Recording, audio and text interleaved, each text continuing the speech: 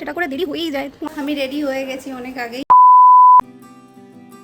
তো দিনটা ছিল 24 অক্টোবর, অর্থাৎ ফাইনালি গৃহপ্রবেশ ডে। তোমরা যদি শর্টসগুলো দেখে থাকো তাহলে জানবে এতদিন আমরা মেসোমশাইয়ের বাড়িতে ছিলাম। এই দিন আমরা শিফট করলাম নিজেদের নতুন ফ্ল্যাট। অ্যান্ড অ্যাগেন এই রাস্তাটা দেখে কত কিছু মনে পড়ে যাচ্ছিল, মনে মনে খুবই এক্সাইটেড ছিলাম। সকাল 7টা বাজে, সকাল সকাল ঘুম থেকে উঠেছি। রাতে মাত্র 4 ঘন্টা হার্ডলি ঘুম হয়েছে। প্রচণ্ড ডাস্ট অ্যালার্জিতে গলার অবস্থা খুব খারাপ, মুখ চোখের অবস্থা এই। কিন্তু মন খুব খুশি, কারণ ফাইনালি আজকে সেই দিনটা। অ্যান্ড অনেক অপেক্ষার পর, অনেক ভয়ের পরে ফাইনালি দিনটা এসছে। অনেক কিছু করার পরে দিনটা এসছে। So let's get started with the day. মাসি মেসোমশাইয়ের ফ্ল্যাটের থেকে যেহেতু এই ফ্ল্যাটের ডিস্টেন্সটা খুবই কম, তাই আমরা রিক্সা করেই চলে এসেছিলাম। ছিল এক গাদা মালপত্র, তো সেই নিয়ে রিক্সা করে আসছিলাম। নতুন বাড়ি, সব কিছু এটা ওটা সেটা করে দেরি হয়েই যায়। 9টা 14 বাজে, 9:30 10টা নাগাদ পুরোহিতের আসার কথা। আমার খুব টেনশন হচ্ছে, প্রথমবার এখানে চান টান করলাম তো সময় লাগে।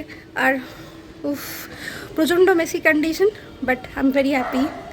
সো ইয়েস, এখনও আলপনা দেওয়া বাকি, সিংহাসন সাজানো বাকি। সিংহাসন সাজানোর জন্য যে ফলস ফুলগুলো হয় সেরকম স্ট্রিং কিনবো ভেবেছিলাম, সবই ভেবেইছি, প্ল্যানিংয়েই রয়ে গেছে, করা হয়নি, বাট জোগাড় করার চেষ্টা চলছে। সো মোটামুটি রেডি। এই শাড়িটা পরেছি, ফুল লেন্থ দেখাতে পারছি না এখন, কারণ আমি ট্রাইপড আনিনি। রিয়া আসলে ফুল লুকটা দেখিয়ে দেবো। এখানে দেখে একবার চেষ্টা করে দেখা যেতে পারে। দিস ইজ দ্য লুক মোটামুটি।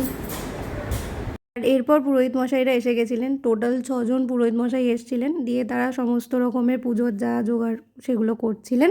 আমি ওই হালকা ফুলকা হেল্প করছিলাম আর কি। এই দিনকে হয়েছিল নারায়ণ পুজো এবং তার সঙ্গে হয়েছিল ষোড়শোপচারে পুজো। এখানে বাস্তু, নবগ্রহ সমস্ত পুজো হয়ে থাকে।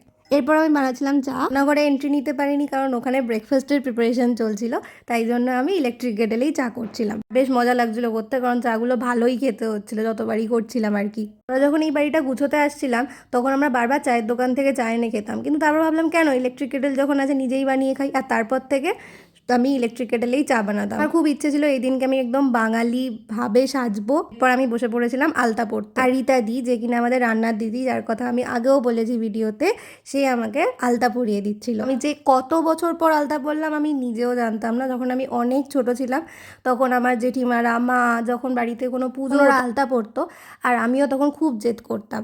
আলতা পরতে একটু ভয় লাগে, মনে হয় যে এদিক ওদিক যদি দাগ লেগে যায় নতুন বাড়ি, কিন্তু তাও আমার খুব যেহেতু ভালোও লাগে তাই জন্য সাহস করে আলতাটা পরে এরকম লাগছিল পাগুলো। আমি রেডি হয়ে গেছি অনেক আগেই। নিজে কাপলেট আনতে গেছিলাম, কারণ কাগজের কাপলেট লাগবে। কিন্তু একটু চুলগুলো এলোমেলো হয়ে আছে, প্লিজ তোমরা মাইন্ড করো না। আমি জাস্ট কোনো রকমে ভিজে চুলটাকে আটকে নিয়েছি, আর কিছু করিনি। নেল পেন্ট পরাচ্ছিল, নেল পেন্ট পরতে পারিনি। বাড়ির কাজ এত বেশি ছিল, বাড়ি অ্যারেঞ্জ করতে অনেকটা সময় লাগছিল। এখন চা করলাম। পুরোহিত মশাইরা পুজোয় বসবেন, 6জন পুরোহিত মশাই এসছেন, তো সবাইকে চা দিলাম। এবার আমি একটু বসেছি, একটু রেস্ট নিচ্ছি। আবার বেরোতে হবে, আরও মিষ্টি মিষ্টি এক্সট্রা কিছু কিছু জিনিস মানে কিনতে হবে আর কি। তো এটাই আপডেট। চলো তোমাদের দেখাই রান্না কত দূর। এই দিন ব্রেকফাস্টের জন্য হয়েছিল আলুর দম আর লুচি, আর লাঞ্চের জন্য ছিল পোলাও আর পনিরের তরকারি। এদিকে পনির ভেজে জলে দেওয়া আছে, তাই তো, যাতে শক্ত না হয়ে যায়। গরম জলে নুন দিয়ে ভেজানো আছে। তৈরি হচ্ছে তো, পনিরের মশলা কষছে। এদিকে দাঁড়ঘট বসে গেছিল, আর তখনও অবধি ওই গাঁদা ফুলের স্ট্রিংটা আনা হয়নি। আর পরে কিন্তু ওটা আনা হয়েছিল, আমি একটা পিকচার সাইডে অ্যাটাচ করে দেবো। স্বস্তিবচন পাঠ করার পরে আমরা গৃহে প্রবেশ করলাম। প্রথমে আমি, তারপরে মা, তারপর প্রতিটা ঘরে আমরা গেলাম। এরপরে যে দুধ ওতলানোর যে রিচুয়ালটা ফলো করা হয় সেটা হলো। এরপর আমরা পুজোয় বসলাম। আচ্ছা, ডানাতে জল নাও তোমরা। যে বলো নমো বিষ্ণু।